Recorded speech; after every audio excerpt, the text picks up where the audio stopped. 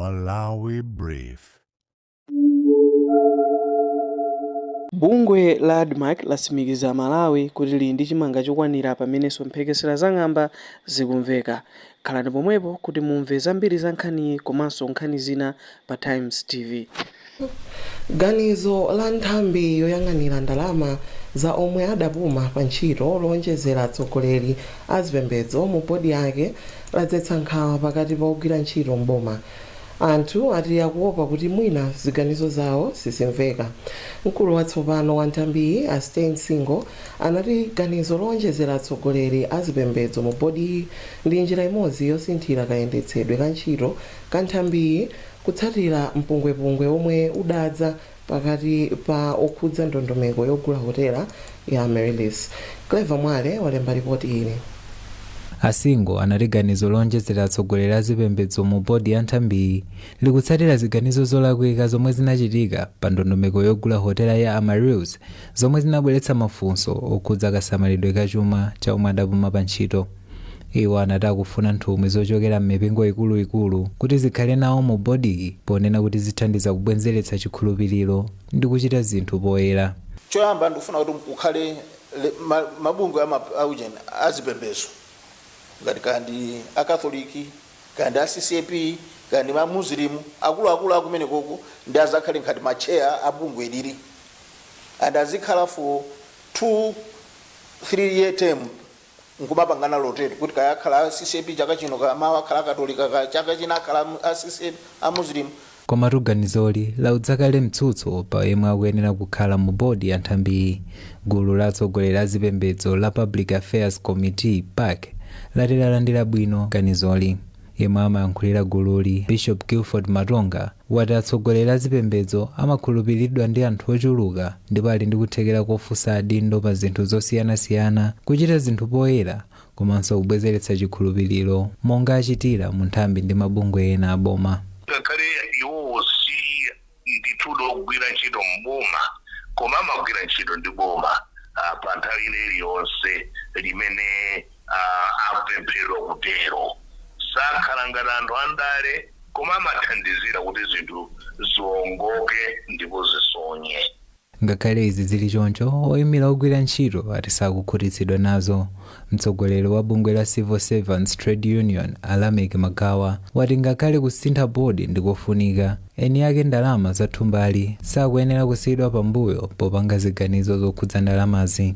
Kodi mbusa phindu lopitira ku pension fund ndi chani? Because mbusa uchasama tunga ndalama iliyonse kuzera ku pension fund. Tiwa munthu uchasolemedwa ndi boma, munthu uja analembedwa ku mpingo kwawoko. Ndengati akuyika ku mbusa ayikekonso munthu ogwira ntchito mboma kuti athandizire usogoleri uwu komanso kuperekanso pachizungu timati feedback kwa eni ake andalama anthu ogwira ntchito mboma. Muganizoli atsogoleri a zipembedzowa akuyembekezeka kupereka upangiri ndi kugwira ntchito ndi akatswiri za malamulo ndi zowerengera ndalama pofuna kupewa zomwe zinachitika ndi hotela ya Amaryllis. Bungwe la Roads Fund Administration lati latolera ndalama zokwana 1.77 billion kwacha pa zipata zapamsewu za Chingeni ndi Kalinyeke pakati pa mwezi wa April ndi June chaka chino. Akuluakulu ati ndalamazi zakwera poyerekeza ndi ndalama zokwana 1.13 billion kwacha pa zimene anapeza nthawi ngati yomweyi chaka chatha. Bungweli lati kukweraku kwachitika malinga ndi kukweza kwa mitengo mwezi wa Januwale chaka chino. Jime Chazama ali ndi zambiri mu nkhaniyi. Mkulu woyang'anira zachuma ku Roads Fund Administration James Jones wati izi zikuyimira kukwera ndi maperesenti 56 kutsatira kuonjezera kwa ndalama zomwe anthu amapereka pa matogeti kuyambira Januwale chaka chino. Komabe iwo ati kuchuluka kwa magalimoto odutsa pamalowa kudatsika ndi maperesenti 22 poyerekeza ndi chaka chatha. Iwo ati kukwera kwa ndalama zomwe atolerazi ndi chizindikiro choti kukwezedwa kwa msonkho kunali kofunikira, ndipo ati ndalama zonse zomwe zapezeka kuchokera pa matogeti a Chingeni komanso Kalinyeke zigwira ntchito yokonzanso msewu wa M1 kuchokera ku Blantyre kupita ku Lilongwe. Pali chinganizo choti timanga matogeti chaka chino anayi msewu wa Mchinji ku Gwai timangaso iyi kwa M1 umeneko timangaso ina ku Naluva msewu wa Salima komanso ina ku Nkhamenya ku M1 road komweko. Pakanali pano injiniya wa Roads Authority Derek Manda wati kukonzanso msewu wa M1 ndikofunikira kuti chuma chiziyenda bwino, koma ndalama zomwe zikuyenera kugwiritsidwa ntchito zikupitirirabe kukwera, pomwe kukonzanso msewu kukufunika 1.5 billion kwacha pa kilomita imodzi, pomwe kukonzanso kwa nthunthu kukufunikira ndalama zokwana 2.5 billion kwacha. Amanda ati makontalakitala ayamba kale ntchito yokonza msewu kuyambira ku Lilongwe kupita ku Blantyre, pomwe ayamba ndi kukonza maenje asanaukonze kwa nthunthu. Panopa tinauza kale kuti akwirire mapothozi kuti anthu aziyenda bwino, koma mukanthawi kochepa muonano akugwira ntchito yeniyeni imene ili kukonza mbali mwa msewu mmene munadyeka, komanso kuyika phula wa nyuwani. Malo amene ali oyipa kwambiri titipulaso msewu wonse kuchita kuyambiraso mpaka kuzayika tala. Kutolera ndalama pa matogesi kunayamba mchaka cha 2021 pa Chingeni kenaka pakali Nyeke, ndipo kuyambira pamenepo yakhala gwero lofunikira la ndalama zogwirira ntchito zokhudza msewu wa M1. ADMAC yauza amalawi kuti asade nkhawa ponena kuti iwonetsetsa kuti ili ndi chimanga chokwanira pamene dziko lino lili pa chiopsezo cha ng'amba. Ofalitsa nkhani ku bungweli a Teresa Chapulapula ati kampaniyi ili ndi matani oposa 22,000 achimanga pakanali pano, ndipo pakhala pali malipoti osonyeza kuti chimanga china chimene ADMAC ikusunga chinawonongeka. Koma a Chapulapula auza atolankhani kuti chimangachi sichinaole, koma kuti chinangosintha mtundu ndipo chagulitsidwa kwa alimi aziweto. Tinayankhula cha posachedwa chaka chomwe chino kunena kuti tili ndi chimanga pafupifupi matani 23,000 amene timafuna tidzigulitsa. Ndiye tinayambapo kugulitsa ndithu, ndipo tinagulitsa pafupifupi 508 metric tons ya chimanga. Komano tili mkati mogulitsa tinamva malipoti onena kuti komatu kukhoza kukhala ng'amba ndipo kukhoza kupeza kuti kunja kuno kuli njala. Ndiye tikumagulitsa mosamalitsa, cholinga choti ngati ADMAC tikhale ndi chimanga chokwanira kuti anthu akachifuna kukakhala kuti kunjaku chimanga kulibe, anthu akabwera kumsika wa ADMAC azitha kuchipeza chimanga chija mosavuta. Ngati ADMAC timachipanga fumigate kuchikonza chimanga pa miyezi 3 ina iliyonse. Ndiye mmene timakonza pakatipa tinapezeka kunena kuti chimanga china chinaziya, osati kuola, sichinaole chimanga koma kuziya. Ndiye chifoti chinaziya chimanga chija sitikanachisiya kuti tichigulitse, chimene chinali chimanga chimene tinachigula mchaka cha 2024-2025. Ndiye titachiona tinachisiyanitsa ndi chimanga china chimene chili chabwino. Titachichotsa tinapeza ogula amene amapanga zakudya za ziweto, ndipo chimanga chonse chokwana 79 metric tons chagudwa, panonso palibe. Chimanga chomwe tatsala nacho ndi chabwino chokhachokha. Mkulu woona zokonzekera ngozi ku nthambi ya Dodma Charles Matabwa wachenjeza anthu amene abwera kuchokera ku dziko la South Africa kuti asazabwererenso dzikolo pakadali pano. Matabwa ayankhula izi kumwanza pamene bungwe la Malawi Red Cross Society limapereka ndalama za transport komanso thandizo lina kwa anthu omwe afika kuchoka ku South Africa. Thomas Kajere ali ndi zambiri.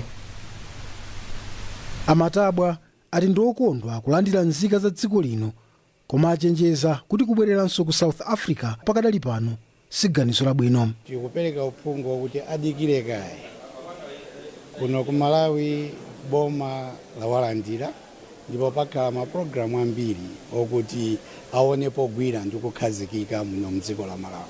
Mlembi wamkulu wa bungwe la Malawi Red Cross Society Achifundo Kalulu ati anthu okwana 4,100 akuyembekezeka kulandira transport ndi mathandizo ena kuchokera ku 730 million kwacha yomwe yachokera ku International Federation of Red Cross and Red Crescent Societies. Takuyamba ntchito imene tikuwagawira anzathu ndalama zoti abwererere makomo malingana ndi ndalama za transport, monga mmene ili ndondomeko ya boma. Tikugawa ndalama moti pano tikuwapatsa anthu amene ochokera kumpoto kwa dziko lino akumapatsidwa 150, apo chigawo chapakati 100 amene aku chigawo chakumwera 70,000. Mmodzi mwa anthu omwe angofika kumene Aisha Saineti ati ndiothokoza kulandira transport yomwe ikawafikitse kwawo ku Mangochi. Anthu ochuluka am'mayiko ena akuthawa nkhanza zomwe anthu a dziko la South Africa akuchitira nzika zobwera. Nduna yoona zamphamvu a Jean Matanga yalangiza kampani ya Eskom kuti iwunikirenso ntchito zake. Matanga ati ndi njira imodzi yopititsa patsogolo ntchito za kampani iyi. Iwo ananena izi pamene amakhazikitsa malo osungira mphamvu za magetsi zokwana 20 megawatts ku Kanengo mu mzinda wa Lilongwe. Pemphero Malimba akufotokoza. Amatanga ati Eskom ikuyenera kuwunika madandaulo a anthu okhudza kuchedwa kulumikiza makasitoma atsopano ku magetsi komanso kuchedwa kuthana ndi madandaulo akufunika kukonza mavuto a magetsi m'madera a anthu. Pali magaps angapo amene ali mu Eskom. Mbali yoyambirira ndi nkhani yoti macustomers akamapanga report mafaults apeza kuti kuna Eskom ikutenga nthawi isinapange respond to mafault aja. As a result macustomers akhala kudandaula kwambiri kunena kuti sakuthandizidwa moyenera. Komanso pomapezeka kuti mwina ena akupanga apply tipatseni magetsi ndi adikirira nthawi mwina mpaka chaka chimene asinalandire magetsi. Ndeno mauza Eskom kunena kuti ikafika nthawi tsopano kuti samangokhala kumangokamba kuti tisintha but it's time now kunena kuti tipange improve.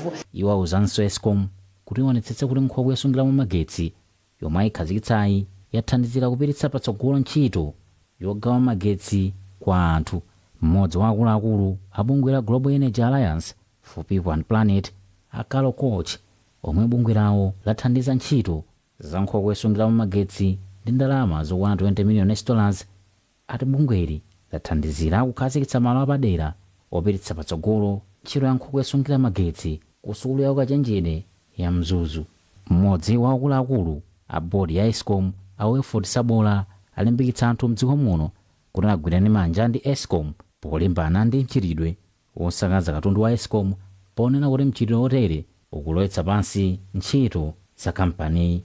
Pamwambowu Eskom yasayinira mgwirizano ogwira ntchito limodzi ndi Global Energy Alliance for People and Planet pofuna kulimbikitsa ubale pakati pa magulu awiriwa.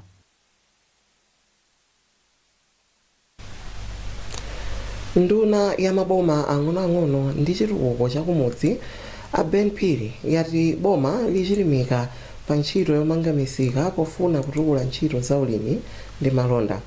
Ndunayi yanena izi mboma la Nkhatabe pamene imakhazikitsa ntchito yomanga msika wa Mkondezi omwe uli pa ndondomeko ya trade. Fares Nthambo walemba ripoti ili lomwe akuwerenga ndi Chimwemwe Maseko.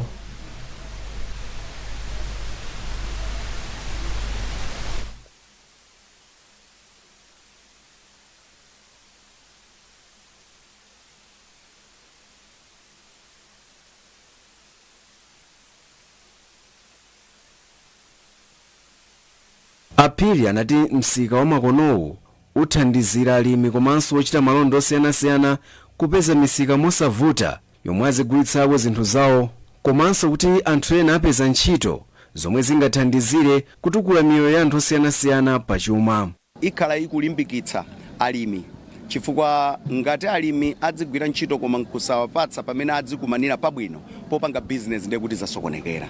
Number 3 ziyathandizira kuti malo abwino komanso iwo ate kuphunzira kumayika katundu wawo mwa quality yabwino ndicho linga chokuti kuti adzitha kugulitsa pa mtengo oyenerera.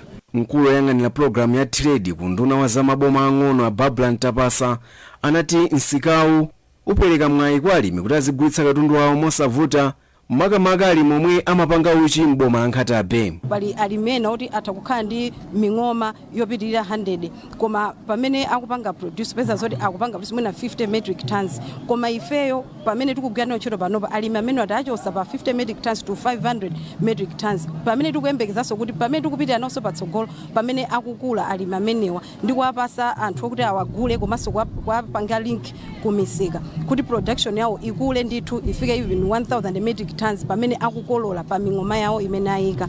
Bwana mkubwa wa boma la Nkhatabe David Gondwe anati ntchitoyi ithandizira kupititsa patsogolo ntchito za ulimi komanso kukweza miyoyo ya anthu osiyanasiyana pachuma. Awa alimiwa sazayendanso maulendo atali ayi azangogulitsa momwemo chifukwa sika mukati muone design yake ili ndi warehouse yayikulu ndezi ndizambiri zizasungidwa pompano anthu nkumatani nkubabwera kuzaoda zina nkubagulitsa pompano ndiye zinthu izizi zipitisa pasogolo kwambiri miyoyo ya anthu kunoko zintchito komanso kuchitukuko. Ntchito yomanga malo azamalonda Mkondezi Rural Growth Center yomwe ndi ndalama zokwana 6.8 billion kwacha ikuyembekezeka kutha m'miyezi 12.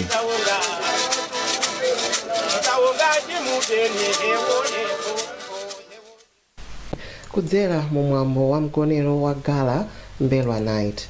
Mwambowu unachitikira pa hotela ya Capitol ku Lilongwe lachisanu madzulo. Mwambowu unali womaliza pa ntchito yosaka ndalama zokwana 320 million kwacha zothandizira ntchito yokonzekera mwambo wa unthetho wa chaka chino. Jimmy Chazama ali ndi zambiri mu ripoti ili.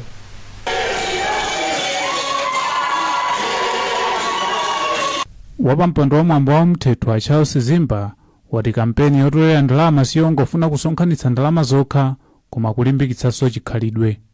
Azimba ati mikumano yomwe inachitika ku Mzuzu, Blantyre ndi Lilongwe posachedwapa komanso thandizo kuchoka ku makampani ndi mabanki zapangitsa kuti komiti yokonza mwambowu ikwaniritse cholinga cha ndalama zokwana 320 miliyoni kwacha. Ngati mungakumbukire ife mene timapangira miyambo yathu yotolera ndalama iyi tikumakhala kuti tikubweretsa makacha zonse malo amodzi. Mukumbukira kuti ku Blantyre amene anali guest of honor anali Paramount Chief Kaduya and cholinga cha inkosi ya Makosi Mbelwa the 5th ndichonena kuti makachas onse mitundu yonse zikhalidwe zonse tizibwera pamodzi ngati Malawi. Choncho tikunena kuti bwerani kumthetho, musatengere kuti ndinu angoni akumzimba ngati muli Malawi kapena amene muli okhuzidwa kapena amene mukufuna mukaone tikumemani kuti mbwere ku hora. Mmodzi wa anthu omwe anayitanidwa ku mwambowu atadikira mafupja wati mwambo wa umthetho umabweretsa anthu pamodzi osiyanasiyana ndipo iwo alimbikitsa achinyamata kuti apite ku mwambo wa umthetho wa chaka chino. Ine malangizo anga kwa achinyamata anzanga ndoti kumthetho tonse tipite ku Chigulu, tipite ku Maunyinji, cholinga kuti kumeneko tikathe kuphunzira chikhalidwe chabwino, chikhalidwe cha makolo, osati zikhalidwe zomwe tikupanga mtawuni muno. Komanso chomwe ndifuna kuti achinyamata ambiri tikakhale kumeneko tikamakhala kuti kuli chinthu, let's say there's a social event, ndi kumeneko timathamangira kuti kumeneko. Kumwambo otolera ndalamawu anthu osiyanasiyana anavala zovala za chikhalidwe cha chingoni, mbali inayi akusangalatsidwa ndi nyimbo za chikhalidwe. Mwambo wa umthetho udzachitika kuyambira pa 5 mpaka pa 8 August pa phiri la Hola m'boma la Mzimba. Mu nkhani za masewero, Dedza igonjetsa FCB. Dedza igonjetsa FCB Nyasa Big Bullets mu FDH Premiership ndi chigoli chimodzi kwa du. Uku ndi kugonja koyamba kwa timu ya Bullets mu mpikisano wa FDH Bank Premiership chaka chino. Marco Chiwaya anagoletsa chigoli chokhacho gawo loyamba la masewerowa litatsala pang'ono kutha. Mu masewero ena, Blue Eagles yachinya Red Lions 3-2 pamene Chitipa United yagonjetsa Ekhaya 1-0. Civil Service United yagonja Pakhomo 1-0 kwa timu ya Moyale Barracks. Ndipo izi ndi zimene wachiwiri kwa mphunzitsi wa Bullets Heston Muntali anafotokoza. Titagonja lizadi mene simunayembelezere tikanena za mkati mu mmenyedwe wake timakanga limene tukukaka mizidwa kuti timenye mpira ngati ya nyamarawa matupi akulemera kumabe sitinamenye kwa golo kusoza noti nkovuta kuti tipambane ngati sitinamenye kwa golo ndikulu noti lero lonse tinapereke mpira uno lonse noti tikhozopeza chigoli tifuna kuti timamenya mpirawo opanda nawo cholinga nawo timatikafika kugolo kuchaku timafulumira opanga ziganizo zathu zimene zinali zosayenera komabe popeza ni mpira tichivomereze timagwira mbali ina komanso mbali inaso sinatani yafutanso mbali ina komabe tichivomerezeni kuti taluza game sinamenye bwino talimbikitse kunoti chikolitayotani kuti sizoona kunoti game imene inalili yadedza chonchi nkuluza ndiona kuti nchinthu chopweteka kwambiri komanso mapuleyers onso nawo akuyena kuti aziganizire kwambiri kunoti si game yoti nakaluzayi zimene kuti ife tizikepo toka popanda ifeyo toka palibe chimene chingachitike tikuyena kuti tilimbikire kwambiri. Naye mphunzitsi wa Dedza Luka Milanzi anayankhula motere. Ya tapambanadi choyambirira tungoyamikira Nyamata because last week tinaluza ndi Chitipa nde tinazusa Nyamata kuti zimene zasapita jangane game ine ibwera pa school. That's why Nyamata achitenga kuchibulisa chilo siku lero. Yeah, maplani atu donena kuti ikamata first round at least we need to be there mkatikati mwa top 10. That's why Nyamata alimbikisa ndio ma game nayo somena kubwera tenge game by game unena kuti ma game ma ujene ma tipeseke cha top 10 ikamata first round.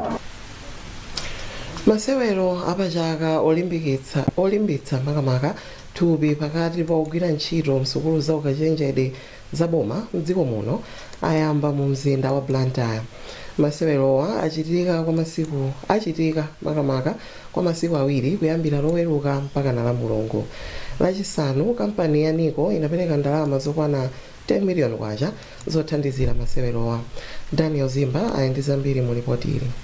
Kuli mkoke pa sukulu ya ukachenjede ya Malawi University of Science and Technology MUST pamene ogwira ntchito msukulu za ukachenjede zaboma mdziko muno akulimbirana ukatswiri pa masewero osiyanasiyana. Masewerowa akonza ndi bungwe la Public Universities Staff Sports Association PUSAM kuyambira lachisanu mpaka la Mulungu lino ndi cholinga chopereka mpata kuti ogwira ntchito msukuluzo achezerane komanso kulimbikitsa mgwirizano pakati pawo. Mtsogoleri wa bungwe loona za masewero pa sukulu ya ukachenjede ya MUST a Thompson Msisia wauza Times lachisanu kuti iwo akonzekera kugwiritsa ntchito 30 million kwacha polandira anzawo ochokera mu sukulu zina pa masewerowa. Iwo amayankhula pamene amalandira thandizo la 10 million kwacha kuchokera ku kampani za One Nico Group. Chilichonse chokhuzana kuti anthu akamve kukoma kunena kuti apa pali masewera olimbitsa thupi zili m'malo mwake zachitika. Ndiye kuti izi zikatheke zachitika chifukwa cha abale athu aniko amenewa anabwera ndithu kuzatigwira mkono ndi ndalama yokwana 10 million. Ndalama imeneyi ifeyo MUST ilithangatira kwambiri kuti anzathu akathe kumva kunena kuti nawo afika pa nyumba pawo kumene kuli ku MUST. Mawu ake mmodzi wakuluakulu ku Nico Life Insurance Company Achimwemwe Kanyenda wati kuthandizira pa chitukuko cha zamasewero mdziko muno ndi mbali imodzi ya ntchito zawo. Akanyenda ati kampani za One Nico Group ndizodzipereka kupitiriza kuthandizira ntchito za chitukuko mdziko muno. Anthu ogwira ntchito ku sukulu za Malawi University of Business and Applied Sciences MUBAS, Mzuzu University Mzuni, Lilongwe University of Agriculture and Natural Resources Luwana, University of Malawi UNIMA, komanso Kamuzu University of Health Sciences KUHES ali pabwalo kuchita nawo masewerowa. Chaka chino masewerowa akhazikika polimbikitsa umodzi, thanzi komanso kuchita bwino mu sukulu za ukachenjede zaboma. Nkhani zathu ndi zomwezi.